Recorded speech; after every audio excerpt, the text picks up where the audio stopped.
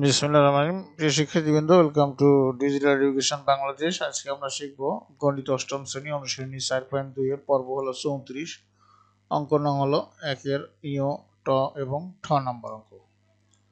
তো 1-এর ইয় নম্বর অঙ্কটা ছিল এখানে x square minus y square plus z square. এখানে আমাদের তিনটা সূত্র ফলো করতে হবে। একটা a minus b whole cube সমান a cube minus 3a square b plus 3ab square plus b cube, আর একটা হচ্ছে a plus b whole cube সমান a cube plus 3a square b plus 3ab square plus b cube, আর একটা হলো তোমার a plus b whole square সমান a square plus 3b plus b square। এই তিনটে সূত্রটি অঙ্কটা করতে হবে। তো এখানে আমরা এই সংখ্যা তিনটার ঘন করব কিউব দিয়ে। তো এই দুইটাকে মিলে একটা সংখ্যা ধরবো, আর একটা এই জেড স্কোয়ারটাকে আলাদা একটা সংখ্যা ধরবো। এটা হলো a, এটা হলো b, তাহলে a cube plus 3a square b plus 3ab square plus b cube.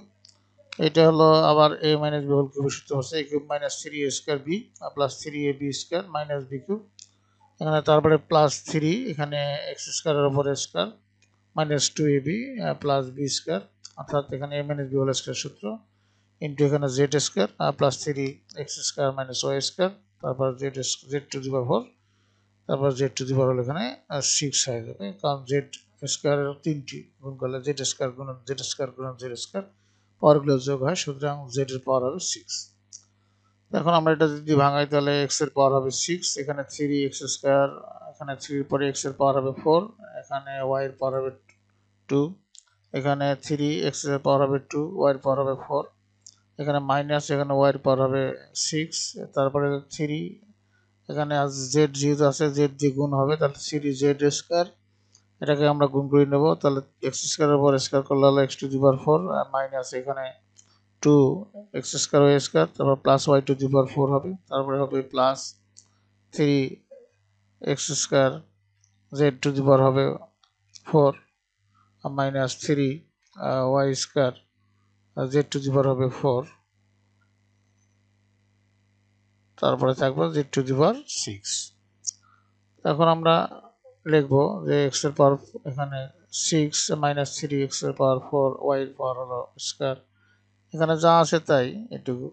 তারপরে এখানে আমরা 3z দিয়ে এখানে যদি আমরা গুণ করি তাহলে 3x এর পাওয়ার 4, z এর পাওয়ার হলো স্কয়ার 2, তারপরে এখানে 3 6 x square y square z square, আর এখানে হবে 3x এর পাওয়ার হলো y এর পাওয়ার হলো 4, আর এখানে হলো z স্কয়ার প্লাস এখানে 3x square z to the power 4 minus 3y square z to the power 4 plus z to the power 6। এটাকে আমরা সাজিয়ে নেব, সাজিয়ে নিলে x to the power 6 minus y to the power 6 plus z to the power 6 minus 3x এর power 4 y square plus 3x square y to the power 4 plus 3x এর power 4 z square plus 3 y এর power 4 z square plus 3x square z এর power 4 minus 3y square z এর power 4 minus 6x square y square z square. এটি হলো answer.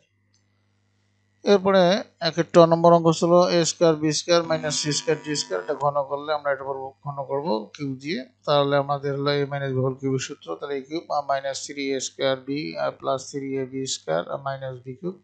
এটাকে ভাঙলে এর পর হবে 6, b এর পাওয়ার 6 মাইনাস 3, এর পর হবে 4, b এর পর হবে 4, c এর পর 2, d এর পর 2, প্লাস এখানে 3 এর পর a স্কয়ার b স্কয়ার হবে, এখানে c এর পর হবে 4, d এর পর হবে 4, মাইনাস এখানে c এর পর হবে 6, d এর পর হবে 6। এটাই হলো অ্যান্সার।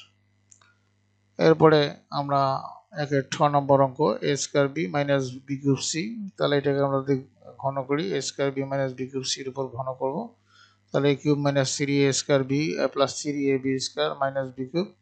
এটা আমরা যদি এখন করে নিই তাহলে এর পর হবে 6, b এর পর হবে 3, মাইনাস এখানে 3, এর পর হবে 4, b এর পর হবে 2, এবং b এর পর এখানে 3 আর c আছে, এখানে হলো 3 এর স্কয়ার, b এর পর হবে 4 একটা b, আর পর b এর পর এখানে 6 আছে, প্লাস c এর পর হবে 2, মাইনাস b এর পর এখানে হবে 9, c এর পর হবে 3।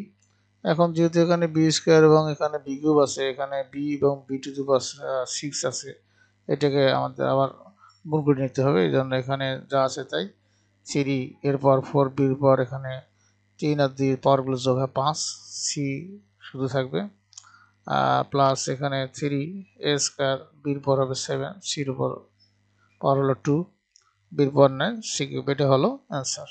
আশা করি তোমরা অঙ্কটি 3টি বুঝতে পেরেছো। প্রিয় শিক্ষার্থীরা, তোমাদেরকে থ্যাংক ইউ। পরবর্তী ক্লাস দেখার আমন্ত্রণ জানিয়ে সেখানে বিদায় নিচ্ছি। খোদা হাফেজ।